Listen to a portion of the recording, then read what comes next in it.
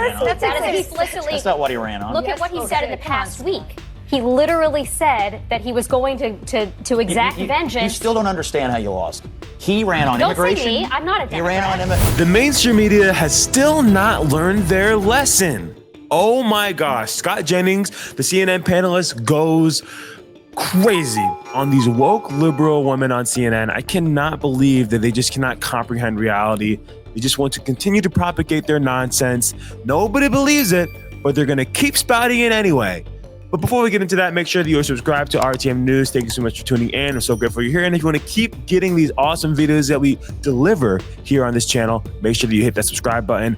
Let's get into this. Folds, whether it's picking attorney general or any of these other high-level positions, I think we ought to all look at this as a wise decision, a good decision, and for everybody out there wanting Trump to pivot or change or somehow whatever you want him to do, he just won a mandate from the American people to execute on the program that he laid out in this election. It wasn't particularly close.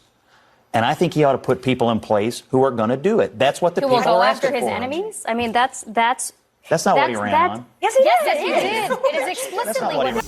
Are you kidding me? He explicitly ran on going after his enemies. Don't get me wrong. He's talked about corruption in the U.S. government and making sure that they clean up house and like people that's totally fine. It's not retaliation. It's cleaning up all the mess that was made and the people that have evil intentions, the deep state, whatever you want to call them. He's going to clear that out and fix the problems. That's what he's going to do. He did mention those if that's what they're talking about. But he definitely ran on securing the border, fixing our economy, bringing gas prices down, bringing prices of groceries down, American infrastructure, people bringing jobs back to America, making sure American manufacturing is a priority thing that is being consumed by the American people instead of relying on outsourcing to other countries. This is such a disingenuous take, and this is what infuriates people about the media. They're not being honest. They're not being honest at all. He campaigned on retaliation. Oh my gosh. Scott Jennings, you are a braver man than me, and you are a more patient man than me. That's not what he ran on. Look at what he said in the past week. He literally said that he was going to exact vengeance. You still don't understand how you lost. He ran on immigration. Don't say me. I'm not a Democrat. He ran on immigration. It's you. I'm not a Democrat. Yes, you are. I've seen her. You're not a Democrat? What are you? On immigration, he ran on inflation. I'm not here paid to represent one of the many things he ran on in addition he ran on the issues that people care about. He ran on the economy. Nobody's saying that he didn't run on those things, but he also ran on vengeance. Yes. He did also run on going after the people who went after him. And journalists. It was a key feature of all of his speeches. Yes, Scott, he literally said, I am your retribution, the Biden crime family, lock her up. Went after Sessions repeatedly for not doing what he wanted Sessions to do, which was to indict Hillary or whoever he wanted to indict. You can want his campaign to have been about, tax reform and things like that. That is not what he said on the stump, time after time after time. And also yes, it is. What are you talking about? His whole thing was trying to make life better for the American people. Do you watch his rallies? Did you go to his events? I went to a bunch of them. He was always talking about making life better for us, making sure that we are taken care of, prioritizing the American people, prioritizing America. Something that Biden-Harris administration did not do. They prioritized other countries and felt giving foreign aid and acting as if they are the moral bastion. Like, they're so amazing. Oh, look at what we're doing. We're sending billions of dollars to these countries that need help. Meanwhile, people that are going through Hurricane Helene, the people that are struggling with their houses being destroyed, having to drive miles to be able to stay somewhere for a night, are getting offered the opportunity to apply for $750. What are you talking about? Going after his enemies. I'm heartened by the fact that the left still cannot figure this out. Even if you just take the January 6th part of it, he made that a big part of his campaign, that he would, if he were in power, pardon those people. You can't say that that was not on the agenda. It absolutely was. What was the campaign of? How was that going after your enemies? Pardoning the people? Okay, some people wild out. Some people justified in their incarceration, I'm sure. A lot of people were, literally there's videos of people being allowed in, walking in. There's no storming through. They're just walking through, and they're imprisoned for the last 4 years unjustly. That's retaliation? That's vengeance? No, it's justice. Oh my gosh. These people are literally so out of touch. They're so out of touch. Whoever's at this top, out here like peddling the strings or whatever you want to call it, the puppet master, they're doing a really good job. These people have worms for brains. They have like mush and goop or something. I don't even know. Insane.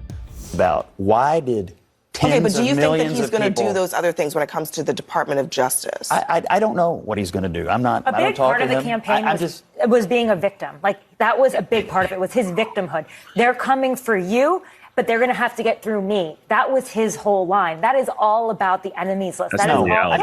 I totally disagree. The deep state. That's not. This is the stuff that he talked about on the stump.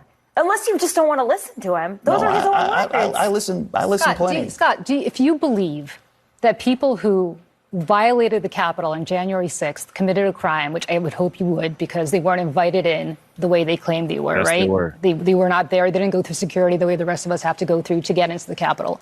They were prosecuted. They were convicted. And now they're serving jail time. And he has said repeatedly that they're political prisoners and he is going to spring them, right? What does that tell you about how he's going to weaponize the Justice Department, and on whose behalf? On behalf of people who committed crimes for him. That's ridiculous. He's ran on being a victim. He was a victim. And even if this was so frustrating.